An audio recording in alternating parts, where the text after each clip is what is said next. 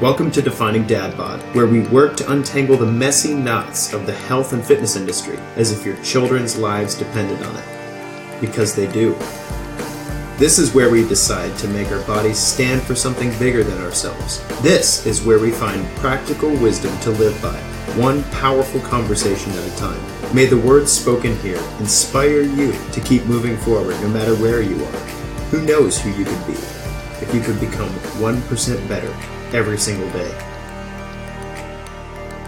We can do the show thanks to the support of listeners just like you. For more information how you can become part of the inner circle, go to findingdadbod.com/inner circle. What's up, guys? This is Alex Van Houten with Defining Dad Bod. I hope you're doing super well. In honor of Halloween, I'm going to talk to you about sugar today. Get super excited. Actually, this is an interesting show, both from my part and I hope for your part as well, because I have done a number of works on sugar thus far.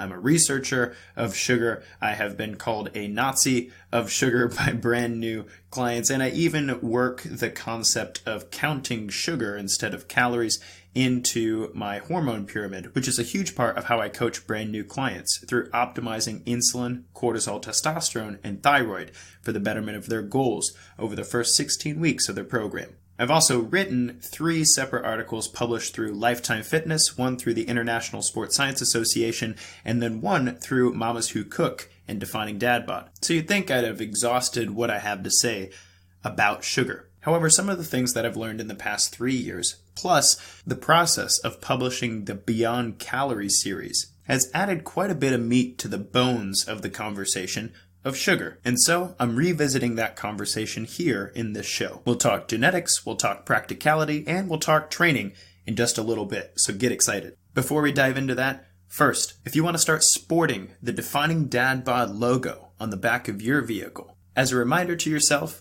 of your commitment to leaving a healthy legacy for your kids and your community, or if you just like this kind of swag, you can get your decal by going to iTunes, leaving a 5-star review for Defining Dad Bod, screenshotting that review, and emailing it to coachal@definingdadbod.com with your mailing address. Thank you to Scott out of St. Paul, Minnesota, who recently wrote, "Awesome show. I'm so glad I found this. I've been listening to this for about a week now. Great content. Thanks so much, Alex. 5 stars. Short, sweet, simple, and to the point. Scott, you've got a decal headed your way, brother." And second, if you love what we're doing here at Defining Dad Bod and would like to get connected at a deeper level, go to definingdadbod.com/inner circle. There's a quick form you can fill out there that'll grant you a free invitation to our closed group on Facebook. There we encourage each other, answer each other's questions, and get real about some of our struggles that we're facing in health and fitness. It is a free group, but in the process of signing up with your form, you'll get an opportunity to consider whether or not you'd like to contribute to the Defining Dad Bod podcast. No pressure, but I sincerely appreciate the contributions of those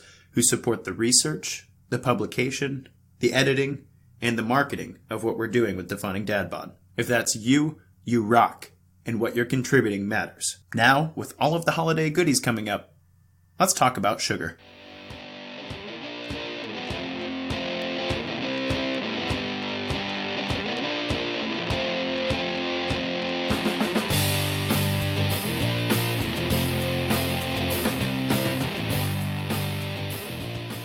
What's up, guys? This is Alex Van Houten with Defining Dad Bod. I hope you're doing super well. I don't know if you'll be doing as well after I talk to you about what we're talking about today, but nevertheless, in honor of Halloween, you and I are going to have a heart-to-heart about sugar. And I'm going to start with sharing with you some of the work that I've done before this episode on sugar. And then I'll discuss it a bit with you after. Spoiler alert. It's very possible that after listening to me today, you are not going to like me very much. And it's also possible that after listening to me today, you're going to start looking at the food in your life very differently. Before we dive into sugar, I have some fun sugar facts that you might appreciate. First, you might be interested to know that in 1822, that's almost 200 years ago, the average American ate 45 grams of sugar every 5 days. That's roughly equivalent to one 12-ounce can of soda. Fast forward almost 200 years, and the average American consumes 765 grams of sugar every 5 days. From 45 grams of sugar every 5 days to 765 grams of sugar every 5 days. In fact, worldwide, today, people consume about 500 extra calories per day from sugar. That's roughly the amount of calories needed to gain a pound a week. The vast majority of sugar consumption actually comes from soft drinks. That's 33% of the sugar that Americans are consuming. 16.1% comes from cakes, cookies, and pies. 12.9% comes from fruit. 9.7% comes from other drinks that aren't soft drinks, things like lemonade or sweet tea. 8.6% of the sugar we consume comes from dairy desserts and milk, and then 5.8% of the sugar comes from other grains, like breads and pastas. There are about 115 names for sugar in its many forms and other types of sweeteners that are related to sugar. To avoid listing sugar as the first ingredient, many food manufacturers use a different name.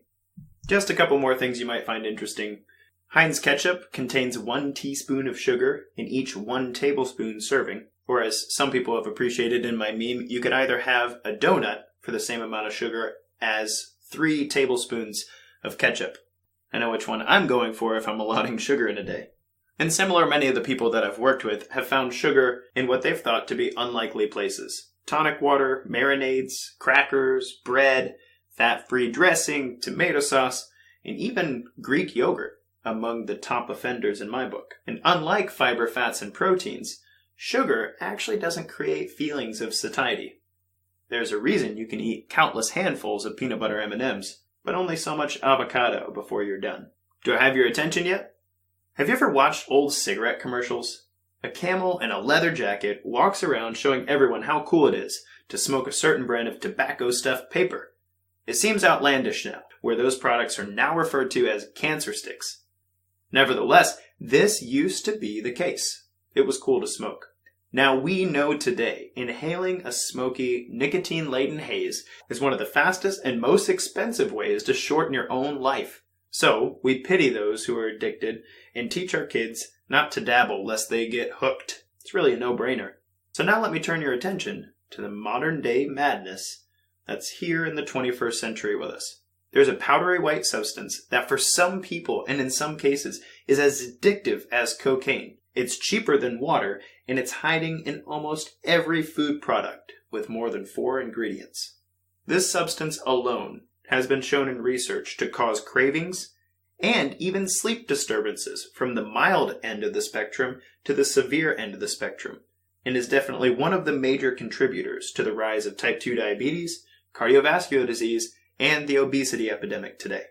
It's marketed in bright colors daily to you and your kids in store aisles, Starbucks drive-thrus, and even featured at sports events, TV commercials, and movie previews. Basically, it's everywhere. And because of the unholy union of things like taxpayer subsidies and trade agreements worldwide, it's so cheap that we're all buying it. Oh, and unlike cigarettes, it's consumed in excessive amounts by over 90% of households in our country. And it's likely that your kids eat even more than you do. So what am I talking about? The S word, sugar. Sugar's the new smoking, and it's destroying more lives than smoking ever did right under our noses. In fact, I've found such success in helping clients achieve long-lasting results that we address sugar in the very first phase of the Defining Dad Bod Life Transformation Program. And for good reason. It negatively impacts your insulin, or you can think of that as promoting your ability to collect fat, and thus affecting all of the systems in the hormone pyramid: cortisol, testosterone and estrogen, and thyroid hormones. But if that's not enough to convince you to start limiting sugar in your home, let me pile on a few more reasons you need to start counting your sugar today. First, heavily processed food. The quality of our food deeply affects how it impacts our metabolic processes.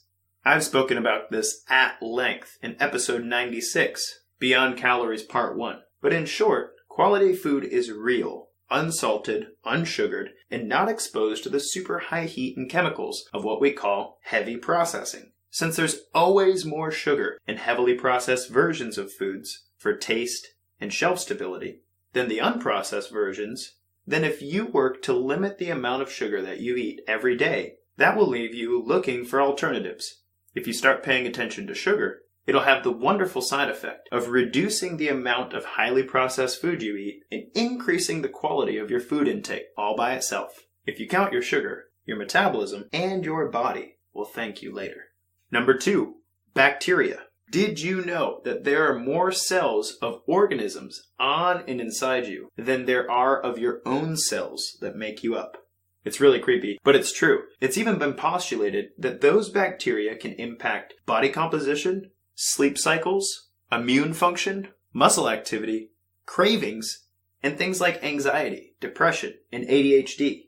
In fact, in some studies, the type of bacterial colony that was in an animal had a bigger effect on that animal's fat accumulation, that is, how fat they got from eating the food they ate, than how much food they were actually eating. Another way to say that is, if you've got great bacteria, you don't have to worry so much about how much food you're eating.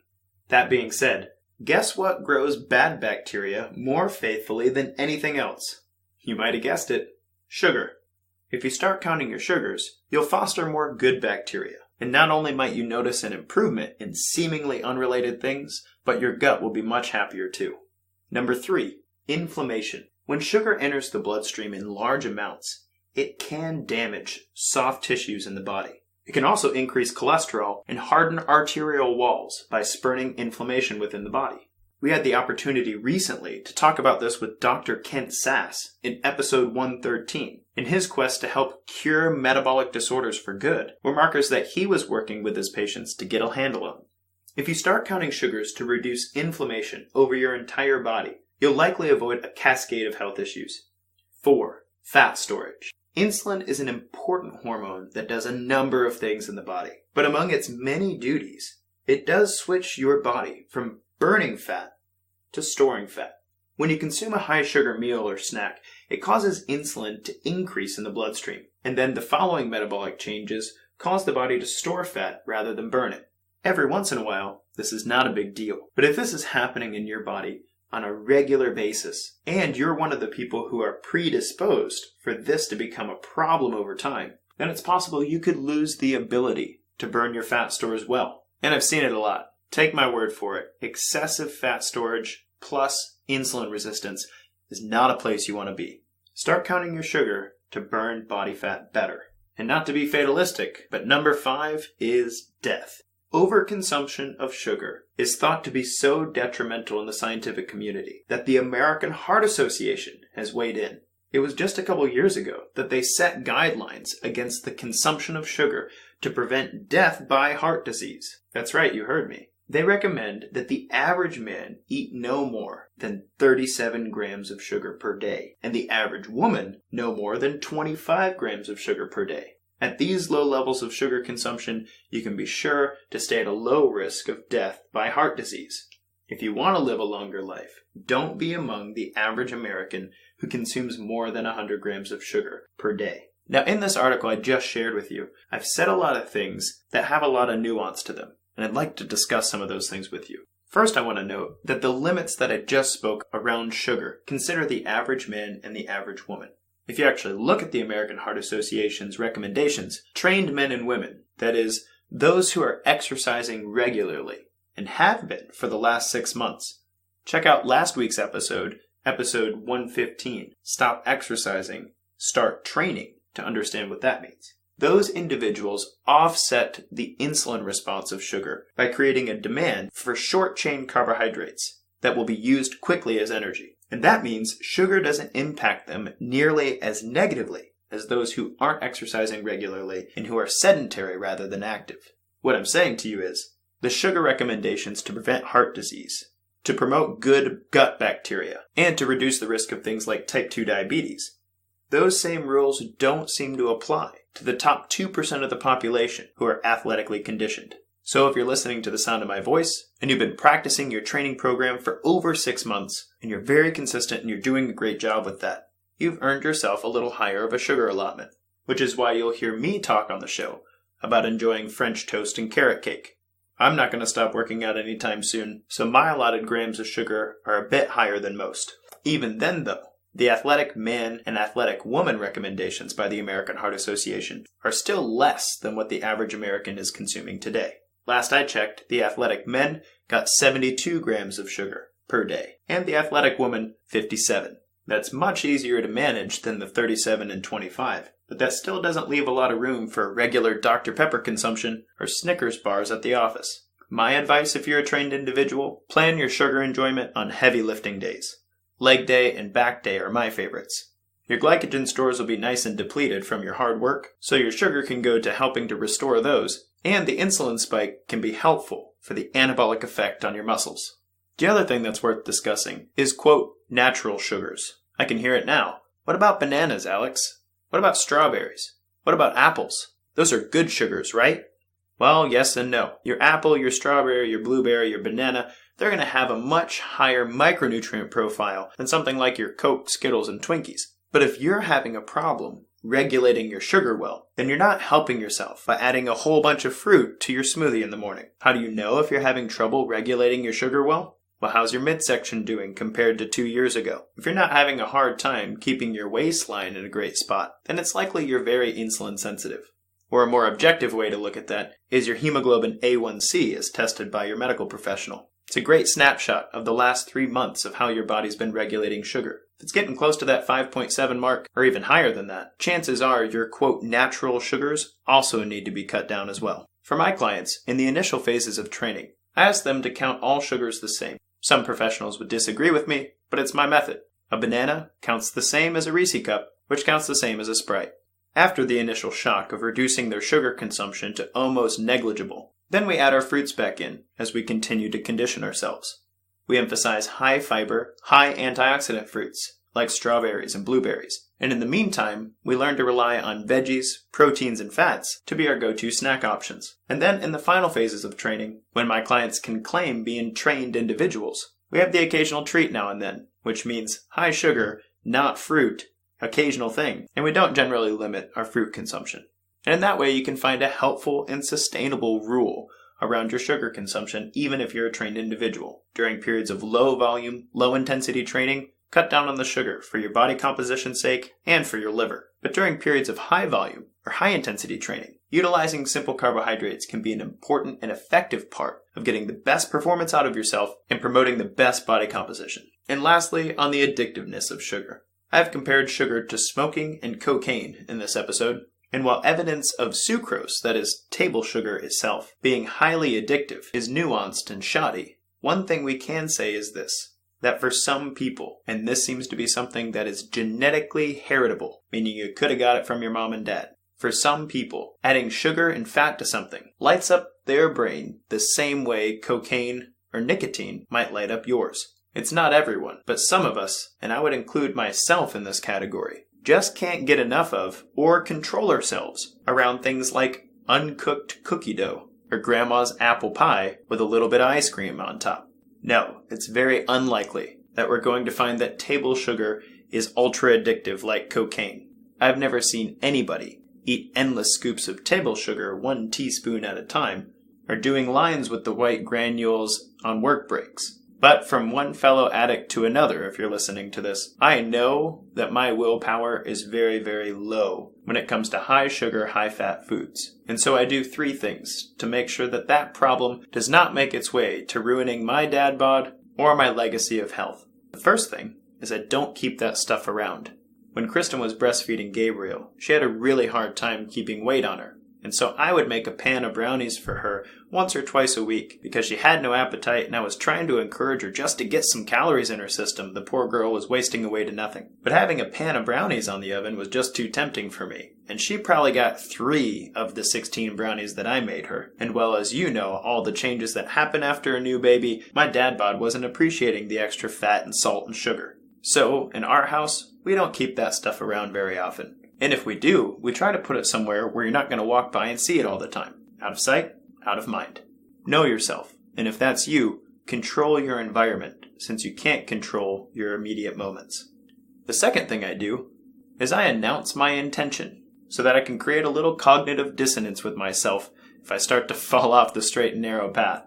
If I'm going to have a cookie, great. But I'm going to tell my wife then I'm only going to have one cookie. Because if I walk into the kitchen and grab one without saying anything, then it's much easier to walk into the kitchen and grab one again without saying anything. But if I say, hey hun, I'm going to eat a cookie, I don't need to eat another one after this though. So you have my permission to punch me in the face if I get up to grab another. Now you might say it differently, but that's how we speak in my house.